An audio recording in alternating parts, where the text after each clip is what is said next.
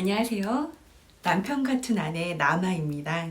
진짜 자연임신이라는 게 많은 분들이 말씀하시는데 마음이 좀 편안해야 가질 수 있다는 말이 맞더라고요. 저는 이제 임신을 준비하면서 호르몬제 약도 먹고 배꼽 옆에 이제 주사바늘 넣는 그런 시술도 있어요. 집에서 그거를 실제로 제가 바늘을 넣어보고 그렇게 하면서 많은 과정을 거쳤는데 그러면서 느꼈던 게 하나가 처음 그 신혼부부들이나 그리고 지금 저처럼 37살에 임신을 준비하시는 분들은 다음과 같은 방법을 한번 시도해 보는 게 좋을 것 같아요. 첫 번째는 일단은 신혼부부들은 1, 2년 안에 임신 계획을 가지시는 게 가장 좋고요. 그리고 저처럼 이제 37살 이제 후반대 30대 후반이신 분들은 산전 검사를 먼저 해보세요. 그래서 난소가 나이가 조금 괜찮은지, 나팔관은 괜찮은지, 그리고 또 하나가 이제 자궁에 근종은 없는지 그렇게 해서 그 검사를 해놓으면은 제 몸의 상태를 알 수가 있잖아요. 그리고 비타민 D가 부족한지, 그리고 갑상선 수치는 괜찮은지. 많은 분들이 산전 검사를 하고 갑상선 저하증이 있다는 걸 그때 아시는 분들도 계세요. 이 저하증이라기보다는 수치가 거기 저하증 수치로 계속 가면은 임신 확률이 낮아진다고 하더라고요. 그래서 저도 약을 한 3개월치 먹었던 것 같아요.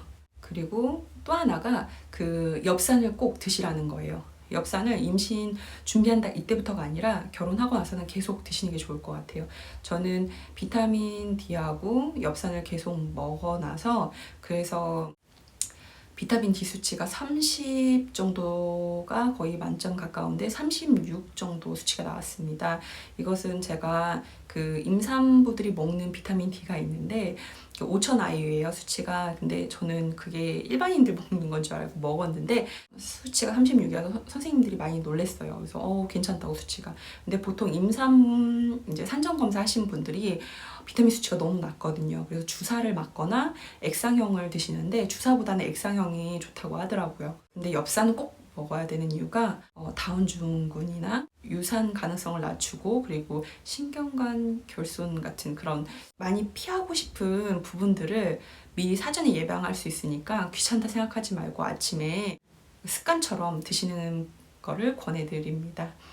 그리고 세 번째가 본인의 임신 주기를 알아야 되고요. 생리가 끝나고 나서는 그 배란 테스트기를 한번 해보세요. 스마일 배란 테스트기라고 있는데 이걸 하다 보면은 본인의 피크 수치가 어느 정도 나오는지 알게 되거든요.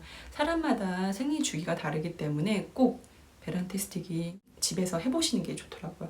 저도 그때 자연 임신을 했을 때 스마일 배태기를 통해서 피크가 저는 계속 6 정도밖에 안 났었거든요. 근데 그때 임신을 이제 마지막 하게 될 때 그때 수치가 갑자기 9가 나오더라고요. 그래서 그 9가 뜨고 나서 그 다음날 새벽에 숙제를 하게 되었는데요. 이렇게 수치가 개인마다 다르기 때문에 선생님이 정해준 숙제 날보다는 그게 정확한 것 같더라고요.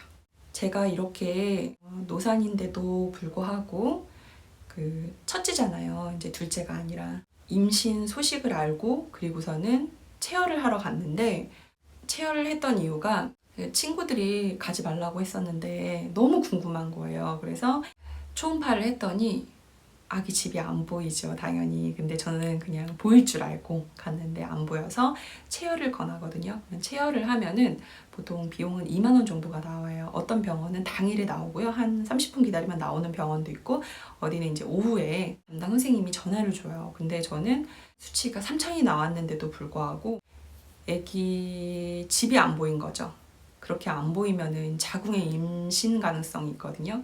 그럴 때에는 이제 또 시술을 해서 유산이 되는 거죠. 그렇게 되는 게 너무 마음이 아프기 때문에 저는 큰 대학병원에서 다시 한번 체크하려고 양쪽 병원을 다 예약을 해놨었는데요. 다행히도 이틀 뒤에 이제 갔을 때 아기 집이 보이더라고요. 그때 너무 힘들었어요, 마음이.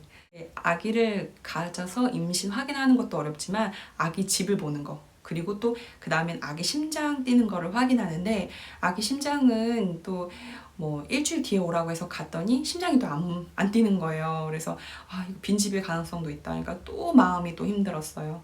그런데 그러고 나서 엄마네 이제 차를 몰고 가는 도중에 다른 산부인과를 갔었는데 거기서 심장 뛰는 게 보여서 가슴이 뭉클하더라고요.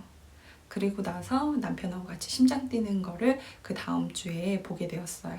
그렇게 임신 초기에 우여곡절은 너무 많았고요. 임신 초기의 증상은 너무 졸린 거예요.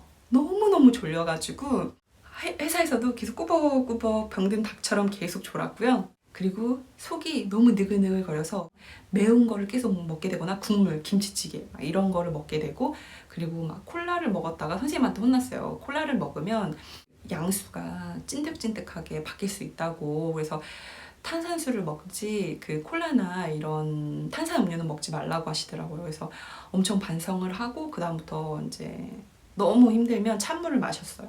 찬물도 안 좋겠지만 그래도 찬물이 탄산음료보다 낫기 때문에 그렇게 해서 조금 속이 느글느글한 거를 이제 많이 낮췄죠.